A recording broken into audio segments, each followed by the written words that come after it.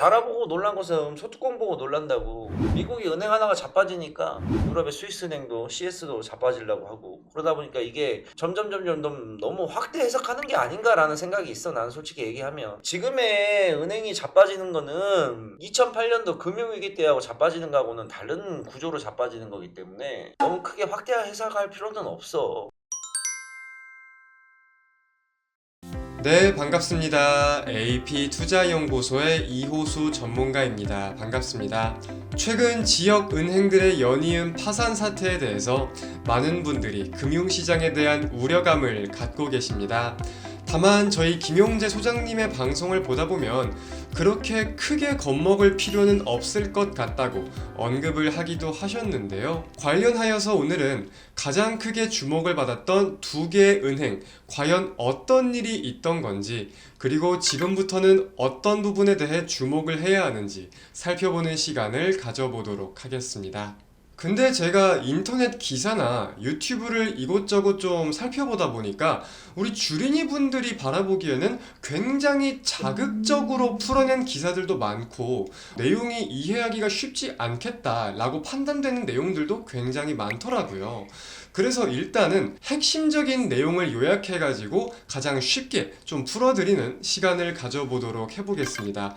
자, 먼저 실리콘밸리뱅크 살펴보도록 하겠습니다. 자, 많은 스타트업 그리고 벤처기업들이 실리콘밸리뱅크에 자금을 유치하기 시작합니다. 그리고 실리콘밸리뱅크는 이 해당 자금 중에서 절반 이상을 미국채 등에 투자해요. 미국채 등이라는 것은 보다 안전자산으로 풀이가 되는 자산들에 투자를 했다는 뜻입니다. 그러면서 현금으로서는 자산을 10% 미만으로만 갖고 있었다고까지 확인을 할 수 있는데, 문제는 여기서부터 발발됩니다. 자, 연준이 굉장히 재빠르게 기준금리를 인상시키고 있는 상황이에요. 이거는 모든 분들이 알고 계신 상황일 겁니다. 그러면서 금리가 빠르게 올라가다 보니까 국채 가격이 급락을 하기 시작하는데, 여기서 주목할 점은 어떤 부분이냐? 많은 분들이 지금 08년도 서브프라임, 제2의 리먼 사태가 온다, 이런 식으로 풀이를 하는 분들도 계십니다. 이거를 제가 간단하게 좀 설명을 드리자면, 먼저 서브프라임 등급이라는 것 자체가 프라임보다 아랫단계인 스타트업 및 벤처기업들을 뜻하는 거예요. 그래서 그 당시의 분위기는 시중의 4대 은행들도 그렇고 대형 은행들이 우량주, 안전채권에 투자를 하는 게 아니라 보다 하이리스크, 하이리턴에 대한 방향을 지니고 대출을 영위한다거나 사업을 영위한 데에 대해서 은행들이 파산을 하면서 리먼 브라더스 사태가 발발된 것이거든요. 먼저 그런 점에 대해서 따져본다고 했을 때 사실상 비교적 안전자산에 투자를 한 이번 SVB 사태는 좀 다른 점이 있지 않겠나 라고 판단을 할 수 있을 것 같습니다. 자, 근데 국채 가격이 급락한 것까지는 사실 큰 문제가 안 될 수가 있어요. 왜냐면은 이거는 내가 아직 매도를 한 게 아니기 때문에 평가 손실인 거지 확정 손실로서 자리 잡지 않았었거든요. 자, 근데 고금리 상황에서 이 스타트업 그리고 벤처기업들의 자금 인출 욕구가 확대되기 시작합니다. 근데 제가 아까 뭐라고 말씀을 드렸죠? 실리콘밸리뱅크는 현금으로서 자산을 10% 미만으로 갖고 있었다고 말씀을 드렸어요.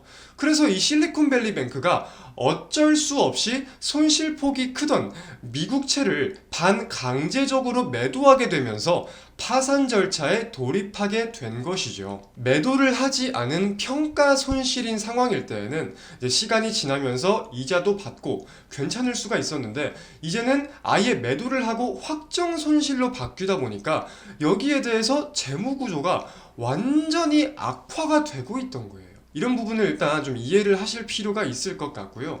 우리가 함께 좀 이해를 해볼 만한 내용이 기준금리가 올라가면서 국채 가격이 떨어지는 건데, 자, 기준금리가 올라가면은 항상 이 채권의 가격은 반비례하면서 떨어지기 시작합니다. 예를 들어 가지고 원래 1,000만 원을 사면은 이자를 5%씩 준다고 했었어요. 근데 1년 후에 보니까 1,000만 원을 사면 10%를 준다고 하네? 그러면 지금 시장에서 평가받는 거는 1,000만 원의 10%인 거예요. 그럼 기존적으로 1,000만 원에 5%를 주던 채권은 당연히 가격이 하락할 수밖에 없는 구조에 대해서 우리가 쉽게 이해를 할 필요가 있는 거겠죠.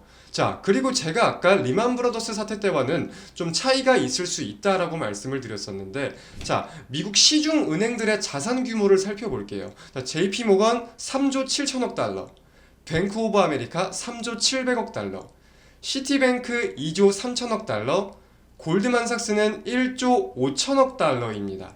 이게 시중 은행들의 자산 규모예요. 그리고 실리콘밸리뱅크는 자산이 2천억 달러. 사실 턱도 없이 적은 금액으로서 미국 경제에 큰 타격을 주기에는 사실 그 규모가 크지 못해요. 동시에 미국에서 직접적으로 뭐 큰 타격이 없을 거라고 언급을 한다거나 발빠른 대응을 한다는 점에 대해서도 우리가 인지를 할 필요는 있을 것 같습니다. 크레디트 스위스의 사태까지 빠르게 한번 살펴보도록 하겠습니다.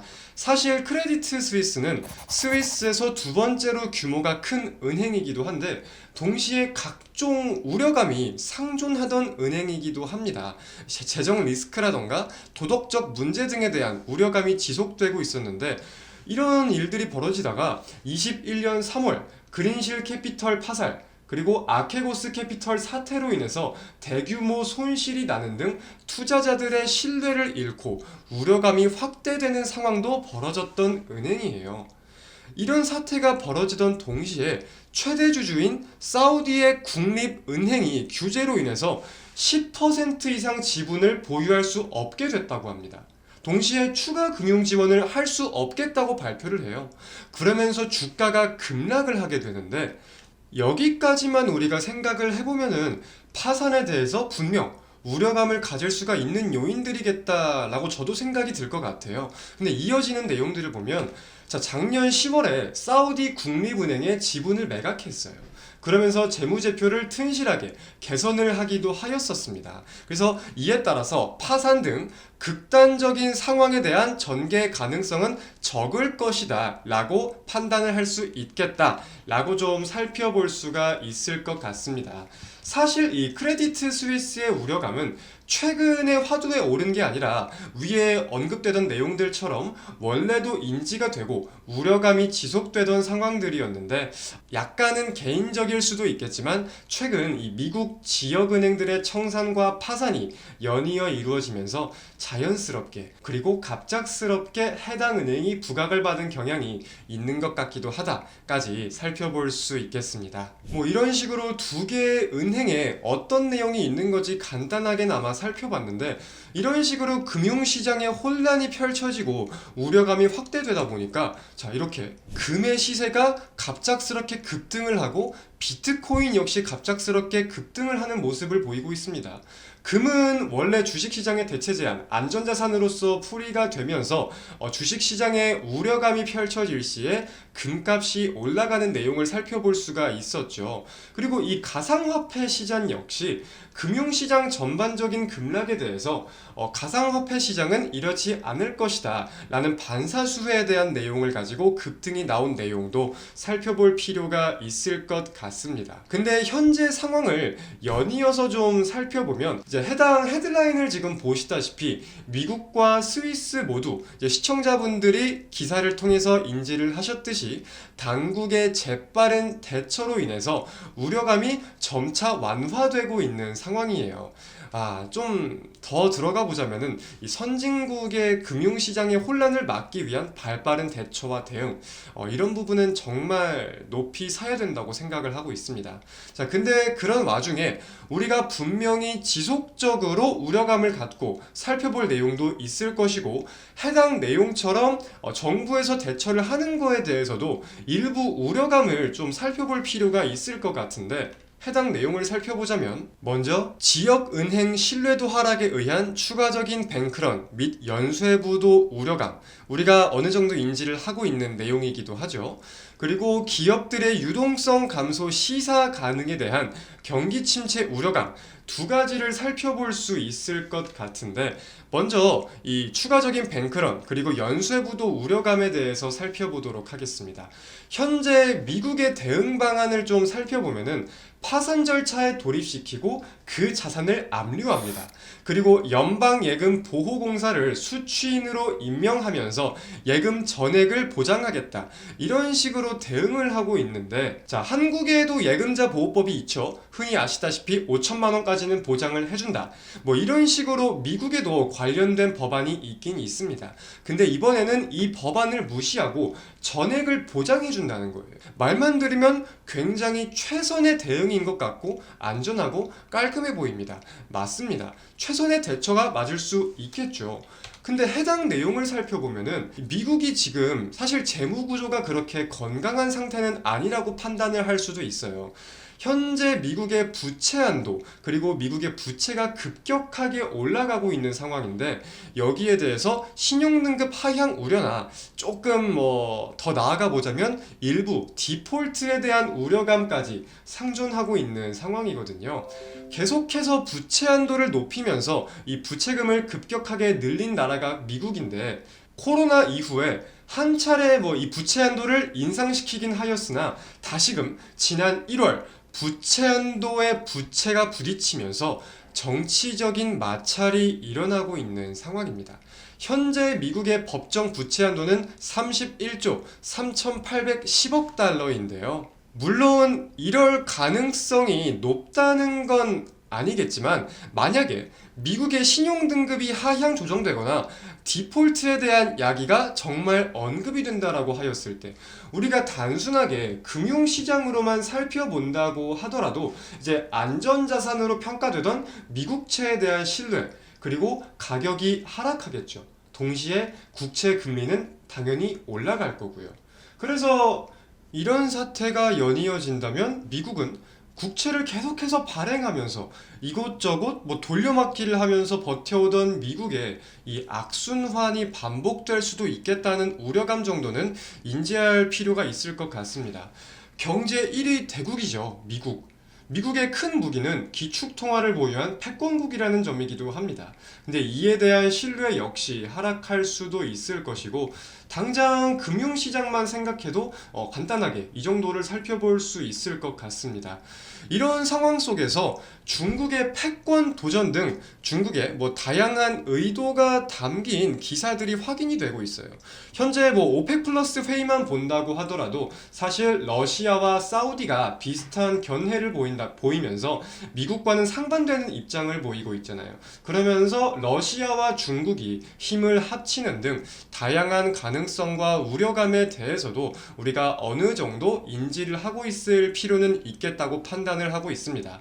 미국이 물론 세계 최강국인 것은 변함이 없습니다. 하지만 이러한 내용들도 있기는 있다라는 점 인지를 해주시면 좋을 것 같습니다. 자, 다음은 기업들의 유동성 감소 시사 가능에 대한 경기 침체 우려감입니다. 기업들의 재무 구조가 점차 악화되고 있죠. 당연히 전제 조건은 기준금리가 굉장히 빠르게 올라간다는 내용입니다. 그런 내용에 대해서 기업들의 재무 구조가 안 좋아지고 있고, 은행들처럼 기업들도 자진 청산을 한다거나 파산에 대한 우려감이 확대가 되고 있는 상황이에요. 근데 결국 기업들이 현재 상황을 버티지 못하고 망가져 버린다면 실직자는 당연히 대거 급증할 것이고, 인당 평균 소득이 줄어들면서 경기 침체에 빠질 수도 있겠죠. 단기적으로 이 수수는 사실 이제 금리 인상을 하고 있는 연준 입장에서 반가운 소식일 수도 있겠지만, 그리고 동시에 이렇게 되기 전까지 미국 층에서 분명한 방어 조치를 취하기도 취하겠지만, 주목할 점은 현재 상황 속에서 이러한 기조들이 점차 조금씩 보이고 있다는 내용인 거고, 은행의 추가적인 파산에 대한 내용이나 즉 연쇄부도에 대한 내용 역시 분명 체크를 해야겠지만, 기업들의 재무 상황이라고 해서 무조건 안전하게 판단을 할 수 없다. 계속해서 고금리에 대한 우려감은 우리가 인지를 할 필요가 있겠다라는 점을 살펴볼 필요가 있을 것 같습니다. 현재 금융시장에 혼란을 주고 있는 사태들에 대해 간단히 정리해보는 시간, 그리고 우리가 어떤 부분에 주목을 해야 하는지에 대해 살펴보는 시간을 가져보았습니다. 언제나 오늘처럼 그리고 어제처럼 우리 개인 투자자분들, AP투자연구소의 시청자, 구독자분들을 위해 노력할 수 있는 이호수 전문가가 되도록 하겠습니다. 감사합니다.